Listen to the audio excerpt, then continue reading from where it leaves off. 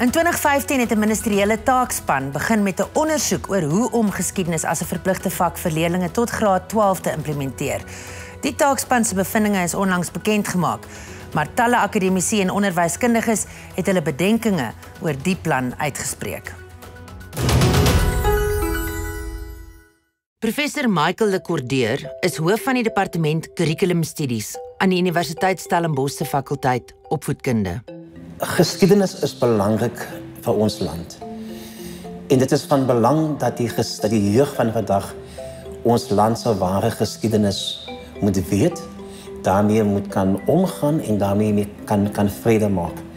Maar dit gesê, dink ek nie dis nodig om geskiedenis in 10, 11 en 12 'n verpligte vak te maak nie, juis omdat geskiedenis is reeds verpligtend in graad 7, 8 en 9. Ek is bekommerd oor die nadele, dat die nadele met die prys gaan wegstap.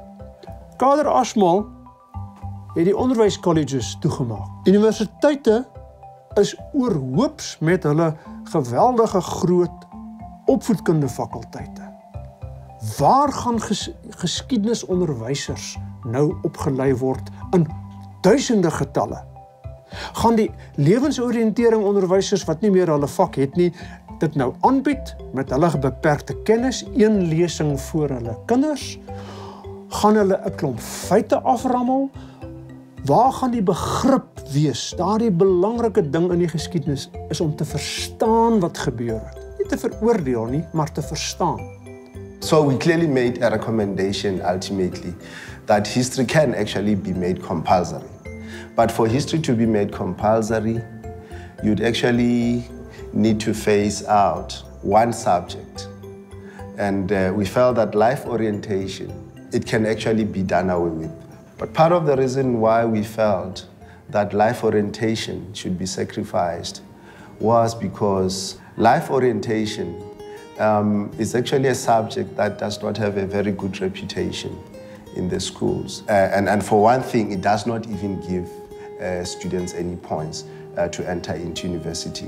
If you're going to add more burdens onto universities to train many more teachers quickly, history teachers, it's going to be a disaster unless you give them the necessary support.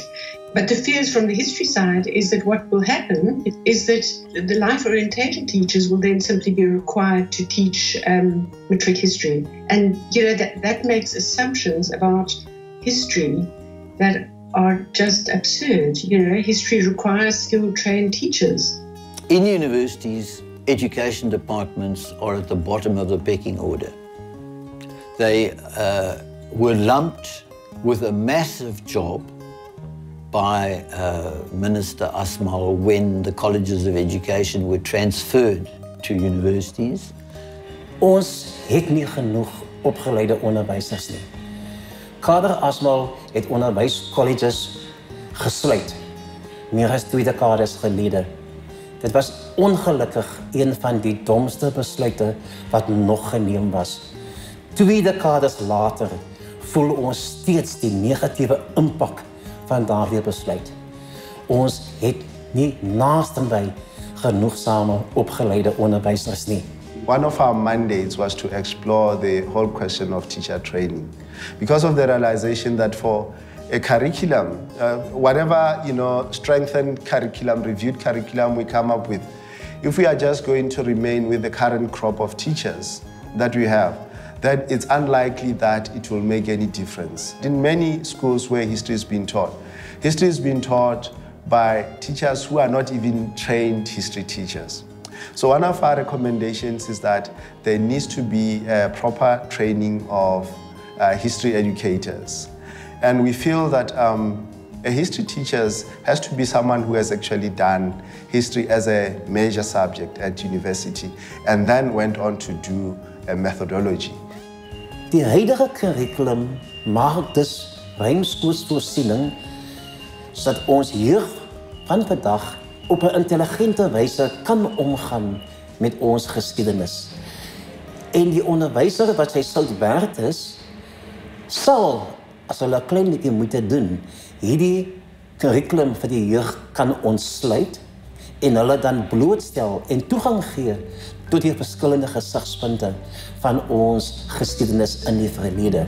It seems to me that some of the recommendations that have been made by this committee are not so bad. I think the curriculum can be made more coherent, and they're proposing replacing contemporary history in the senior grades with archaeology, pre-colonial history. Ultimately, it is important that our learners have a sense of the complexity of the past of this country.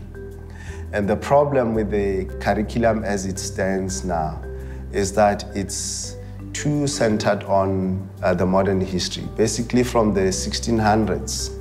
Ancient history needs to be revisited. So there's a need, therefore, to revisit those early topics, for instance, about Mapungubze, the early civilizations. And therefore, by going back to this early history and through archaeology, then we can be able to talk about pre-colonial Africa in a much more complex way. Gaan die kolonisasie van die geskiedenis beteken dat ons leer van die Lemba wat 1200 na Christus yster gesmeed vir Mapungubwe? Of gaan ons daarom ook leer van yskor en krygkor? Of gaan ons leer dat krygkor apartheid verder bevorder het? Geskiedenis syllabusse is altyd gekoppel aan die regering van die dag. Maar my standpunt is, nou is ons 'n demokrasie. Nou moet ons alle standpunte daar stel en nie een standpunt laat seevier nie, want dit gaan nie versoening bring nie.